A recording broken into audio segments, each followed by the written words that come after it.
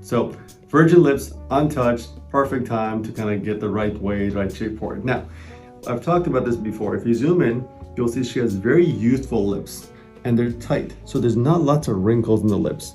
So to try to really stretch it and make it really, really big, it's not advisable. And if you're gonna do that, you're gonna do it in multiple stages every few months to get a little bit more and more and more. Now, sometimes you'll see patients, especially Asian descent or Middle Eastern descent, Mediterranean descent, especially older people, has a lot of room. There's lots of wrinkles and lots of pleats in the lips, and those you can go very full very quickly. But typically Caucasian lips, you want to do it slowly and you want to do it in stages. You hear a lot about migration, and the issue of migration is not that the filler is actually migrating, but it's that spilling over. So if you overfill it, overstretch it, it's going to spill over, and it goes from basically the red lip where you want the filler to be over to the white lip, and it'll look full and it looks migrating. So we don't want that to happen. So we're going to start. This is Juvederm Volbella. We're only doing half a syringe.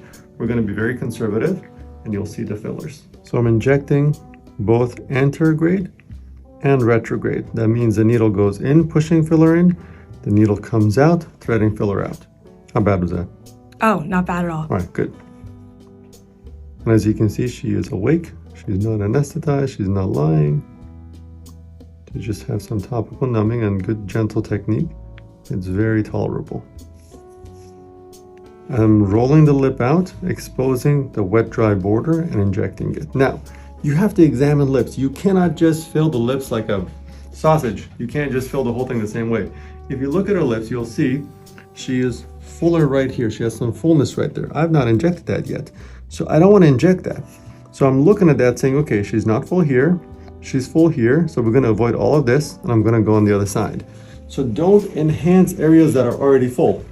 You're going to throw off the balance. You got to use your judgment.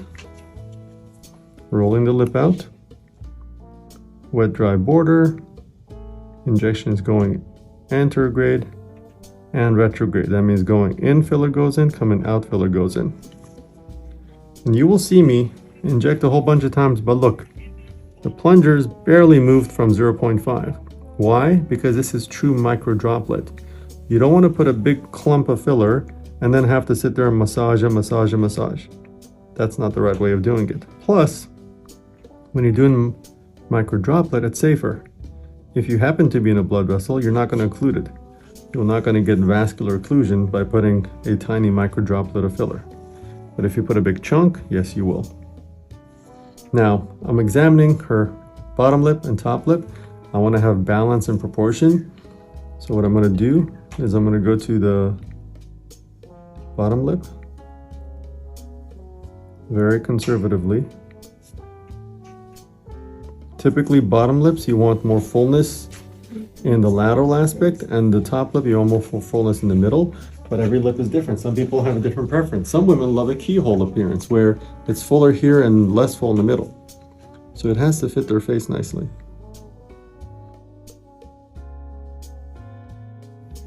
So now I'm going to do a little bit of vertical threading.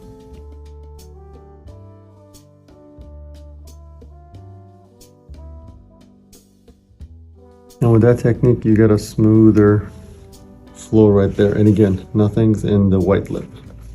So it looks nice and natural without that migrated look.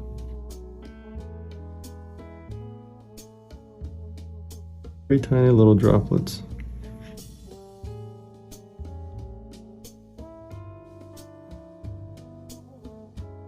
Now what I do is I look at them straight on, right? I mean, they're laying down, I look at them straight on. I love the front lip. If you actually bring the camera forward, you can see the symmetry of the top. Top looks really good. I want more balance in the bottom. So we're gonna lay back and finish up with the bottom. I want more vermilion show. So I'm going on the vermilion border of the bottom because I want the bottom to be poutier to balance out her top lip.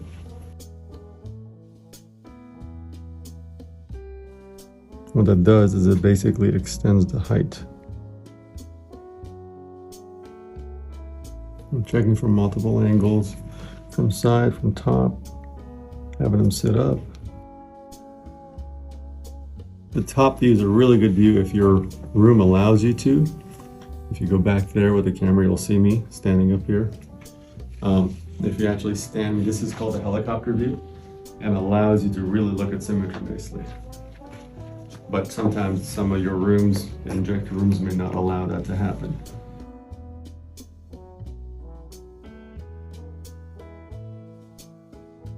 All right, smile really big. Good. Try to whistle. Good. Yeah. Good. A little bit more fullness over here. Then we'll be done. Perfect. And pretty much we use the half cc. We're gonna sit her up. There's no bleeding, no bruising. Now that's not typical for everybody. Certainly there could be bleeding and bruising, but she looks amazing. Do a little wrap around. Oh, supernatural looking. You ready? Yeah, sure. All right. Take a look. Yeah, they look good. That's what you wanted? Mm-hmm. Yep. Yeah. That fits really well. So this was Juvederm Volbella, which is a very soft filler. I use it for lips. I use it for noses sometimes. I use it for tear troughs.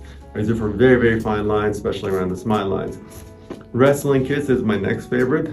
If you want quite a bit of volume, that's a great filler, but it comes in a full syringe, doesn't come in half syringe. So now that she's got more room, if she wants to go fuller, we'll go to Wrestle and Kiss at some point, but this was perfect for her. Have a good one.